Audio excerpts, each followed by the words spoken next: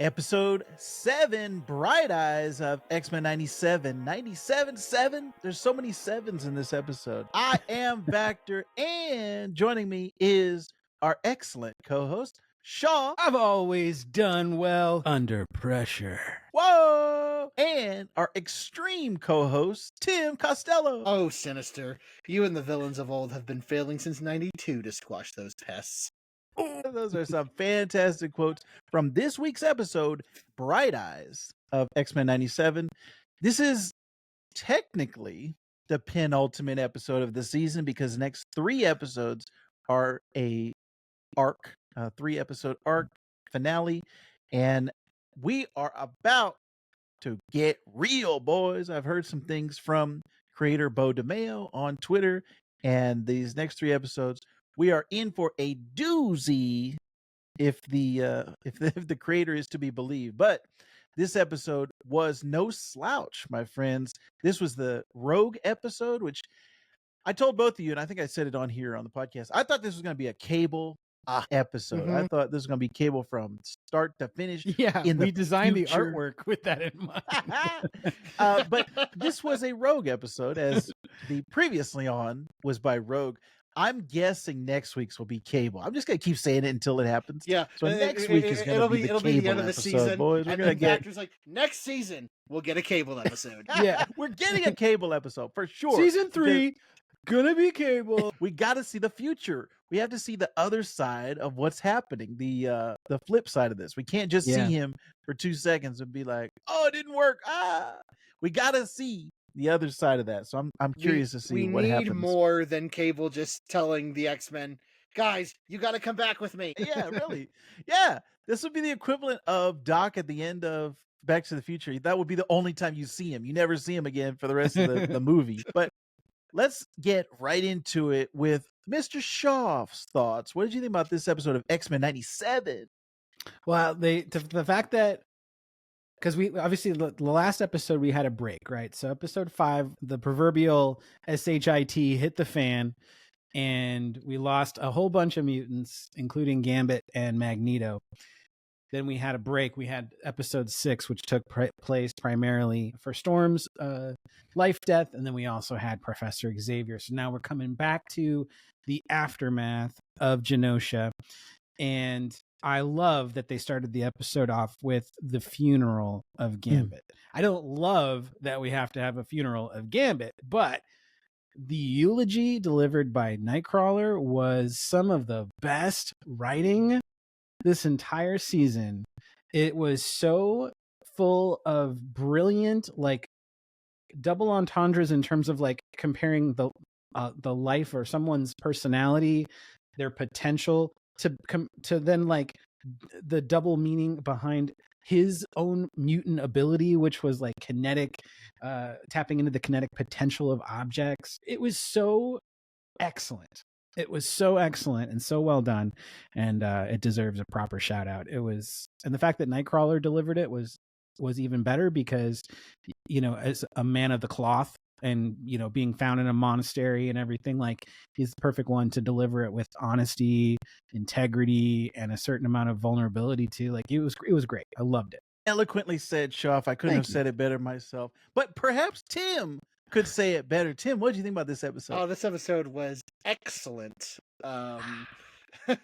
But to reiterate what Schaff said, I really love that Nightcrawler was delivering this eulogy. It was fantastic. Seeing Captain America in this show, apart from the MCU, was a nice shift, and I really like they got Josh Keaton, who played him in What If, to do the voice. That was really cool, because I did notice kind of a Chris Evans kind of tint to his vocal performance. So that was really cool to see Rogue interact with him, and what his stance on things were is, you know, he's still Captain America. He's still, you know, doing his thing. Also, other connections, we got to see Ross, who is also played by his What If vocal counterpart, which was also nice, and seeing him and mentioning the Hulk, which, you know, that's part of this universe too. So hopefully we'll get some Spidey I'm hoping. Fingers crossed. That would be nice. It Yeah. would be awesome. It would be awesome. But yeah, this was great. I love seeing Rogue kind of Mm. dealing with her grief, and because this is what this episode was about. Like Shop said, it's very much the aftermath of everything that was in episode 5, and not only with her basically mercilessly taking out Trask, which was a shocker. And seeing how the X-Men are themselves are changing from what they were back in the 90s to what they need to be in this new world that they keep finding themselves into. You know, that scene, Tim, not to jump ahead, but I think is one of the few like moments I had in this episode where something just didn't click with me and didn't make sense. And it was the other X-Men's reaction to Rogue dropping him. Now, I guess you could say maybe they couldn't see her, what she was doing on the balcony on the edge of the building. But I feel like if Jean is there, she should know what's going on and she would be able to catch him psychically, telekinetically. She would be able to catch his fall. We saw her catch all that debris and throw half the building into the ocean. So there should have been some Jean reaction to me. And then also Nightcrawler, he could have easily teleported and caught him. I just thought it was very strange that she dropped him and then nobody did anything. Nobody even, after he fell, then it was like, oh, is this who we're turning into from Morph? Yeah, And Morph reacted, yeah. I just felt like there was something missing. Like there was almost like a frame missing or something. And then the other part in this episode that I had that moment was right after Rogue went after Gyrick and then used her powers on him. Then next time we see her, she's in an alleyway with Nightcrawler and she's waking up like she had a hangover or something. And it was like, wait a minute, what happened? What was the in between? Like I feel like I'm missing a scene or missing a panel here. I think with that, we're meant to be missing something. I think that's going to be something that's probably going to be paid off in the finale. I wonder that felt like that is was it going to come back later? Yeah, is there going to be something later? But otherwise, I'm with you. Like, why didn't the other X-Men, especially Scott and Jean, who are the moral centers of the team for the most part, and so yeah, it definitely felt a little off. So yeah, I'm so with that you. was kind of strange. But I'm with the Rogue arc, the Rogue grief, and okay, this is who she blames for Gambit dying.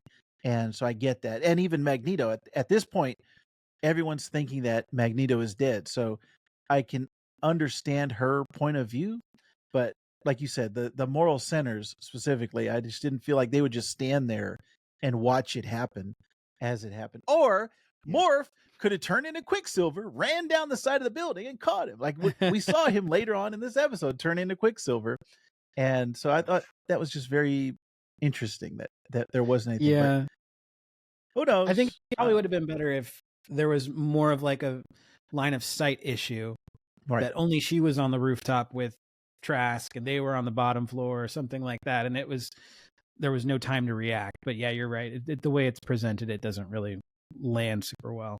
Yeah. I love that Emma Frost was still alive. We got to see her diamond form, which was great. Although part of me was like, because we all know that she's got a diamond form. Like anybody who knows her character knows that that's a second mutation that she has. But I guess if I have to look back at the X-Men 92 series, like maybe she'd never showed that before in any of like the Hellfire episodes.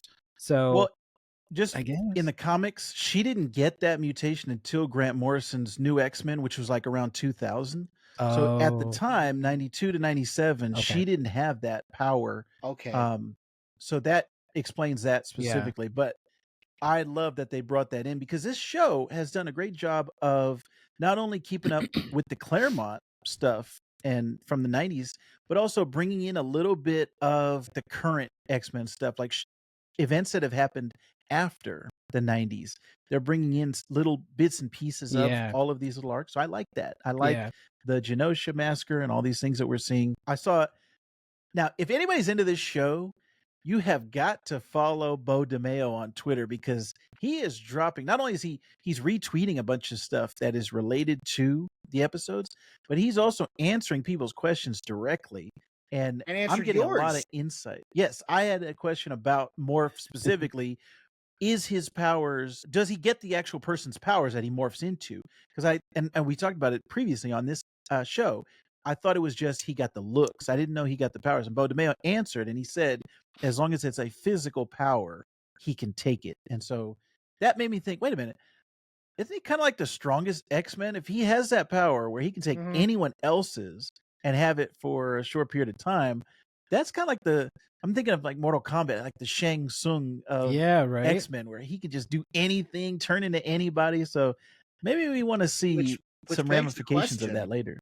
Which begs the question, like, is that what Mystique does? Like, does she take the Yeah, power? I was thinking about that. Yes, I was So, thinking about that. so Mystique and Morph are basically the most powerful mutants in the show. If that's Mhm. Yeah, Mystique. so that's interesting. The whole Sunspot Jubilee subplot, personally, it kind of falls flat for me. That's the one aspect of this show that I felt this season has just kind of been like plugged in there to sort of Mhm. act as like a palate cleanser to whatever is happening in the A or B storyline. It feels like it's not even always a B storyline. Sometimes it's like a C storyline. But I found it kind of funny because they're building up this whole, I don't want to tell my mom, I don't want to tell my parents. And he finally decides, okay, I'm going to go do it. I'm going to go tell him. And he walks in the room and he tells his mom, hey, I'm a mutant. And I timed it because I was like, what is happening here? It takes 15 seconds for her to respond, and her response is that she knew all along. So she like let this dude suffer an additional 15 seconds of torment while she filled up a glass full of wine. He's like, Mama, I'm a mutant. And she's like, hold that thought. Glug, glug, Let me take a drink first. and then she almost was going to go back for a second glass, and then she was like, oh, we knew. It's okay, honey. It's totally fine. Like, just say it's fine. Poor guy is like standing there vulnerable. I was like, I was like, do better, Mom. Do better. That's funny. I saw somebody actually in Bo DeMeo responded to it. They said that is an experience they had as being gay and coming out, and Yeah, their I had a mother feeling that knew. was the thing. Yeah. And he was saying moms know or something like that. So it's like, oh, that's Yeah. it's cool that it, people can find relatability in a lot of these things. And Bo DeMeo is gay as well, and so I think he put a lot of himself. Maybe that's why he thought that was important to have that plot line in that storyline. But the thing that I find disappointing about that, Shoff, is I want to see Sunspot's powers. I want to see him doing stuff, and I feel They're- like yeah. he's gotten the short. I mean, I think I talked about it in a previous episode. There was times where we weren't seeing his powers at all, even Yeah. after he had been revealed, and it just feels like a waste of that character or that storyline to not utilize him as part of the team or as part of using his powers or something like that. So far, the Motendo thing was the most that we've gotten from him. I think they're saving him for these final three, because I Yeah, think he I had to hope have so. that part of the arc of Yeah. the And I mother think- son confession and coming clean and that kind of stuff. I had think one what they're other thing mostly that doing kind of with him- bothered me. Oh, go ahead, Tim. I'm sorry. I just would say, I think what they're mostly doing with him is he's almost like kind of the way Jubilee was kind of our entryway into this mutant world. Sunspot 92. is kind of our Yeah. re-entry and our point of view character. So I think that's what they're mostly doing, and that's why he's kind of been like, felt like so ancillary, because it's just that's just how he's being written. Yeah. But I do think we'll definitely, hopefully, see some powers in the final run. Yeah, that was good. The other thing I didn't like in this episode, and honestly there was a lot I loved, but one thing that kind of bugged me was there's a part where they first find Bolivar Trask on top of the roof, right? And he's ready to jump. And Morph refers to him as poor man's Oppenheimer, which is a really good joke because of what he says. But the problem is that he calls him poor man's Oppenheimer before Trask even says, I am become death. Like, to me, that's like telling the punchline of the joke before you tell the joke. Like, it should have been a response. He says, I am become death. And then Morph, like, as an aside goes, oh, here we go. Poor man's Oppenheimer. Yes. Like, that would have been funny. To do it the other way around, it just like, it didn't click. It was like a writing moment that clearly needed a switcheroo. It needed a spin-a-rooney. Yes. Wrestling reference. Yeah, I like that version, Shaw, flipped on its head. That was interesting. And speaking of Trask and the that whole storyline of him being a prime sentinel, and I don't know when he got, his the the storyline in the comics, when you become a Sentinel Prime, you get nanites injected into your bloodstream, and then that's what turns you into the techno. It's kind of like the very similar to the techno organic virus, which Cable has, and they showed it on Trask's face, which also, side note, my wife is very creeped out by. So when she saw baby Cable with the techno organic virus, she had to look away. And then when we watched this episode with Trask, she doesn't like that. So whenever I watch with my Vactor wife, just wants to know when Trask became a Cylon. That's all we want to know. A Cylon. Ooh, yes, nice. He's a fracking toaster lover. I'm very curious to see when, his like all of that change happened, and then with the reveal of the main antagonist for this whole season, being Bastion, when did his kind of thing happen? And Bo DeMeo was talking on Twitter. They have been seeding this since episode 1. He said everyone except for there was 3. only 2 episodes. 3. He said it was episode 3 that it was. Yeah, he said 3, and then Bastion later wasn't in he replied, "Oh yeah, and 6. Sorry, I hadn't had my morning coffee yet." But they have been seeding this throughout this whole season of Bastion, and the biggest one was in that first life death when we had that picture on Forge's fridge, whatever it was, and had Bastion's costume, and I was like, "Oh, okay, that was None the of us biggest." caught that in the moment. None of us caught that. Crazy. I saw it, but I was like, I didn't want to say anything at the time, and I was like, man, I should have said something. So I would have looked like I was smart back then. But Bastion being the main antagonist, Shoff, what do you think? Now, keen listeners, if you go back and listen to our episode last week, we were speculating on who it was, like who caused this genocide of the mutants. We now know it was Bastion all along.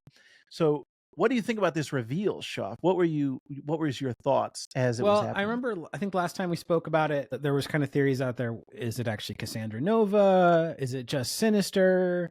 And I think I was along the lines of it being just Sinister. Even Apocalypse is another one that people Apocalypse is another one. So certainly Sinister is still part of the situation, but he answers to a higher authority in Bastion. And with all the time travel and stuff that's happening with Cable and with Bishop, it's no wonder that Bastion's involved, because Bastion is the evolution or the merging of Master Mold and Nimrod, is very much like the future Sentinel and a big problem for Cable and Bishop in their timeline. So it'll be interesting to see what, like, if they show an origin for Bastion, like what that will look like. I don't think it could be in total alignment with the comics, because it gets into some wishy-washy magic stuff, and I just don't think they're going to go down that road. Yeah, we were talking off mic about that, me and Shoff, and I don't think they're going to go that far into the magic side of it. And X-Men has a really convoluted plot. A lot of stuff is really convoluted if you get into it. I think for the show, they're going to simplify it like they have done for a lot of these storylines, like Life Death with the Mutant Massacre, Messiah Complex, a lot of these things. I think they simplifying it for a general audience, and they've done a great job of that. And so I think they're going to do the same here with Bastion, make him a lot more relatable, and just, okay, he is one thing. He's not all these things. He didn't get sucked into a black hole, and he's not coming back from the future and all this stuff. So I think that's going to be interesting to see where he comes from and what was his specifics. And actually, the very first appearance was confirmed by Bo DeMeo. Remember when we went into Jean's memories and we saw her, like, when her powers manifested and she was like coloring, or we saw somebody coloring. He was saying that was Bastion that was coloring. So I don't know if they're going to get into like his as a child, like how far this is going to go back. But anyways, all that to say, I think it's going to be interesting to see how that transpires. And you brought up Nimrod, Shoff, and I said this to my wife as I was watching. I was like, why is he so overpowered? This is the T-1000 effect from Terminator, where it was like, he can just reconstitute himself at any time. Anytime you blow him up, anytime you do anything, he can just merge back together, just reform. So how do you stop him? And in the comics, like I was talking about, they throw him in a black hole one time, and there was another one that was like they wished him away. And it was like at a certain point, you get to a power level with these characters where the writers, it's almost like you backed yourself into a wall, and it was like, how do you get out of this? Because this guy is so strong. And Dragon Ball had this, numerous times Dragon Ball was like, okay, this guy's the strongest ever. He's destroying planets. Okay, well, now how do we fight him? Oh, okay, we'll just make up a new guy. Yeah, he just comes in and he's stronger than that guy. It's like, wait a minute, that guy was He's over there super, blowing up super, planets. super duper Saiyan. He's 9,000. His power level's over 9,000. So this is the same thing with Nimrod. And that was even something I remember on the original 92 show. I was like, man, Nimrod is too powerful. Like, this is too much, where I don't think the X-Men could defeat Nimrod. Like, there's just way too much technology, and he's from the future. And so I want to see how they get rid of him in this. Well, Vactor, when we were watching last night, when we were, kind of simultaneously watching One Man's Worth, per your instructions, Bo DeMeo. Yep. I watched it today, by the way. Yeah. Oh, yeah, it's great. And I'm watching like Nimrod fight, all these future X-Men. I'm like, it's like the T-1000. How can you beat this guy? And we were talking last night about how Bastion is way overpowered. And I just pulled up his Wikipedia page of his powers. He's got an immunity to telepathic probes and mutant abilities. He's got adaptation, technoforming, ability to turn people into prime sentinels, command of other sentinels, energy manipulation, teleportation, chronokinesis, he can manipulate time, superhuman strength and durability, and flight. And I'm like, that's a crap load of powers. And so how do you like make it so that the X-Men, because obviously they're going to defeat him at the end of the season. But what I said to you was, it's kind of like with Thanos, is, the Infinity Gauntlet is like the most powerful thing in the Marvel universe in the comics. Like, once you got it, like, game over. But with this, they were able to kind of like, well, you can, but only if, with these circumstances. And I think they'll do the same thing with Bastion. They'll kind of take away a lot of the, like, obviously the thing to turn people into prime sentinels they'll keep. I mean, obviously the flight, but maybe some of the other stuff they'll probably not have. And so that way he's not so overpowered that the X-Men can't defeat him without a huge Deus Ex Machina happen. Or he's got some weird weakness, like he's like allergic to boba tea or something like that. And like they just throw a bunch of like tapioca balls at him and he just disintegrates. Or he's afraid of spiders. Something. I'd like to see that, Shaw. He's got a peanut like some weird. He's like, I'm afraid of social situations. So if you put me in a room with too many mutants, I'm just gonna clam up. Yeah. I mean, the way that they've kind of laid him out, he's powers, like Palpatine. Maybe all of Bastion's powers are vegan powers. Oh, yeah. Just give him some beef. The way that they've laid him out in this season, it's kind of like Palpatine in Star Wars. Like, he's been manipulating everything from behind the scenes, and he's like 2 steps ahead of everybody. He knows about Xavier off in space, and like he knows about everything. So I really do want to see, number one, what is his plans for Magneto and the creepy pleasure he gets out of shaving him. Although my wife pointed out he almost taunted Magneto with the metal razor. And he had the power dampening collar on, so we know his powers aren't working. But almost like, if you just had your powers, you could kill me with this razor. I'm just going to shave your face with it. And I was like, man, what does he want with him clean shaven? Like, what was the point of that? I don't know if the next episode we're going to get whatever he's using Magneto for. Does he need him to be without 5 o'clock shadow? I want to know, Shaw. I want to know what's going on. That's his weakness, his goatees. And if you put on the Purple People Eater song, he's just going to dance. Like, that is his song. He's got it on his ringtone. That's his favorite song. Vactor, do me a favor. When you get a chance, talk to your buddy, Bo. And because I know you guys are on like a first name basis now, and ask him, what is the significance of the Purple People Eater? Because I went online as soon as I was like, what is going on? And I think like at first glance, maybe the most obvious would be that since he is technically part Nimrod, and Nimrod had like a lavenderish, pinkish sort of hue to him when on the areas that are not white, that's supposed to be like purple, and then to be like a people eater in the sense that he's a human, like a mutant hunter, and he can fly and has all these other abilities. Like, Is that what they're getting at? Or is it something that has to do with, maybe it's a song, maybe since he's been on Earth for such a long time, because he was working with Forge way back in the day, right? And in those photos, and he's probably been around a lot longer even than that. Maybe that song was significant to him as a kid. Yeah. I don't And know, they- but there's something yeah. to it, because it's They more than specifically played Yeah. it twice in the Yeah. episode. So it wasn't like a one-off thing. It was like they specifically played it twice, and almost like it's setting you up for something. If they don't pay that off, I'm going to be upset if they don't say the significance of the Purple People Eater song.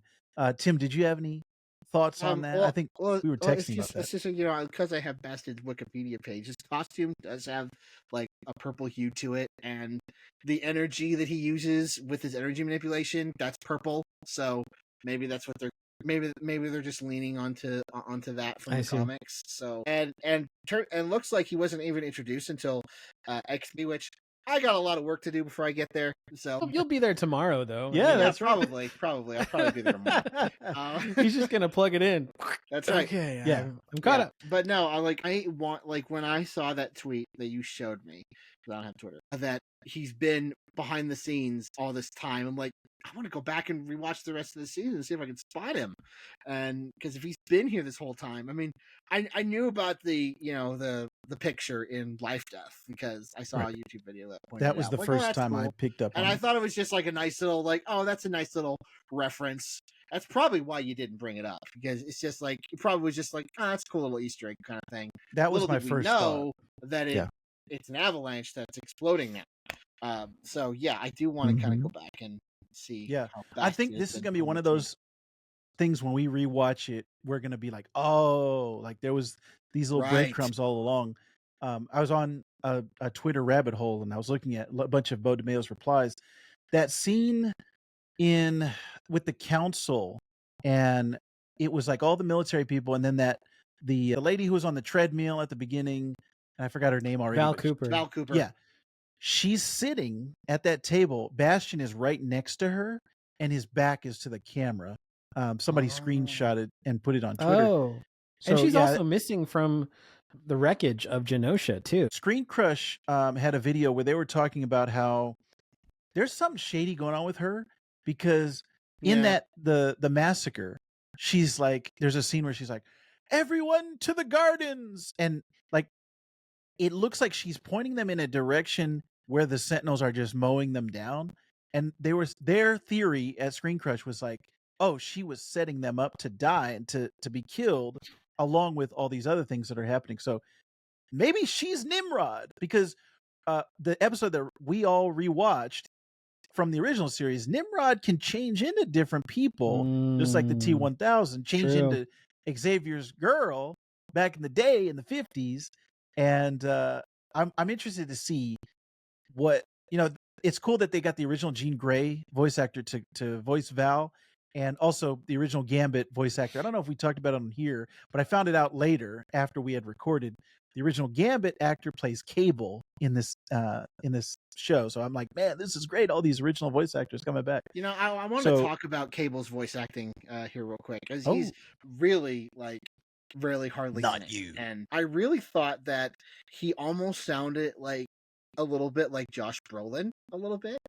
I don't know if anyone else picked up on that, but I thought that was, I just think it's interesting that these voice actors who are playing these characters who've been in the MCU or in Marvel movies, and they're now putting those kind of characterizations into their voice inflections as they perform. And I think that's great. That very well could be. I don't have any inside sources on this, but that very well could be voice direction by the vocal coach, because I noticed that even going back to Robert Downey Jr.'s Iron Man, after Iron Man was a big success, then all the animated voices started sounding like Tony Stark, whether it was in video games or in animated shows. And I think it's because Joe Schmo, the general population is going to relate more to the movies than they are to either previous animated shows or comic books or whatever it is, video games. So their knowledge, I know what Tony Stark sounds like. He sounds like Robert Downey Jr.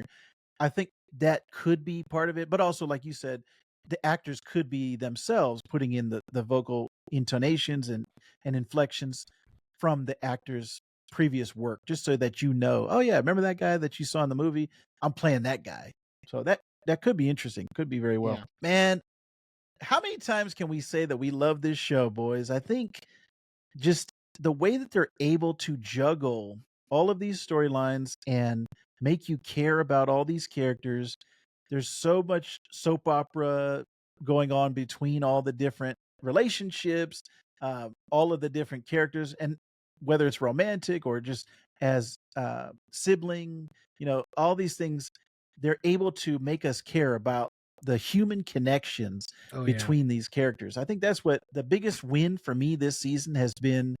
I'm just so invested in these storylines of what's going to happen between all the characters. The action has been great. There's been some great humor and great comedy and stuff, but and even the animation has been cool. Just there's a lot of anime references, and we got even in this one there's a rogue where she's doing a kick, and it's not only there's an anime reference to it, but also the X-Men versus Capcom or one of the Marvel versus Capcom In 2. fact, Vactor, I wanted to point out that when Rogue makes her landing wherever she lands in that desert area, that was a direct callback to that Marvel vs. Capcom game, and I loved it. I thought that was great. I think all of the references that they're taking and putting in here, like we know these pop culture references, and I'm really liking everything that they're cooking up, Shaw. It's fantastic. Any other gripes from this episode or anything that you're looking forward to in this finale, Shaw?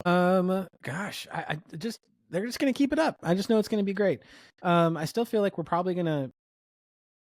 Do you think that they've closed the book on Genosha, or do you think they're gonna go back and rewrite that attack? I feel like it's like closed the book personally. I think it's at this point now. Although this could be just a setup. I could be being the wool could be pulled over my eyes, but I think the way that Bo DeMeo is talking on Twitter, people are asking him like, "Hey, are all these people actually dead?" And he's like, "Yes." The Morlock, who's the lady, Callisto. the leader of the Callisto. Morlocks, Callisto, her eyes, we saw the life leaving her eyes. I just saw him confirm that Leech is dead. So these Madeline he Pryor. said, yeah, Madeline Pryor, he confirmed. Yeah. Gambit is dead. So it's either one of two things, Schaff. It's either he's setting us up and they are going to reverse it and bring everybody back. Like, because from what he's saying is true from a certain point of view. They are dead, but they're going to bring them back. So that could be, I could see that happening. But then I'm also like, it would be very bold of them to not bring everybody back. And from this cartoon, from this show, we can have them stay dead because this is not the comics. Like we could actually have our own universe here in this show where this was a cataclysmic event. This was the 9/11, and everything changes from here. And I think I would actually prefer them to go that route rather than bring those characters back. I would prefer them to stick to their guns and say that death means something, and this event is going to reshape everybody. And Cable, the only thing that kind of throws a wrench in that to me is Cable, because it was like, well, why is he there if he's not going to change the past? Like, so I'm just wondering what exactly they're going to do, but I would like to see them stay dead myself personally.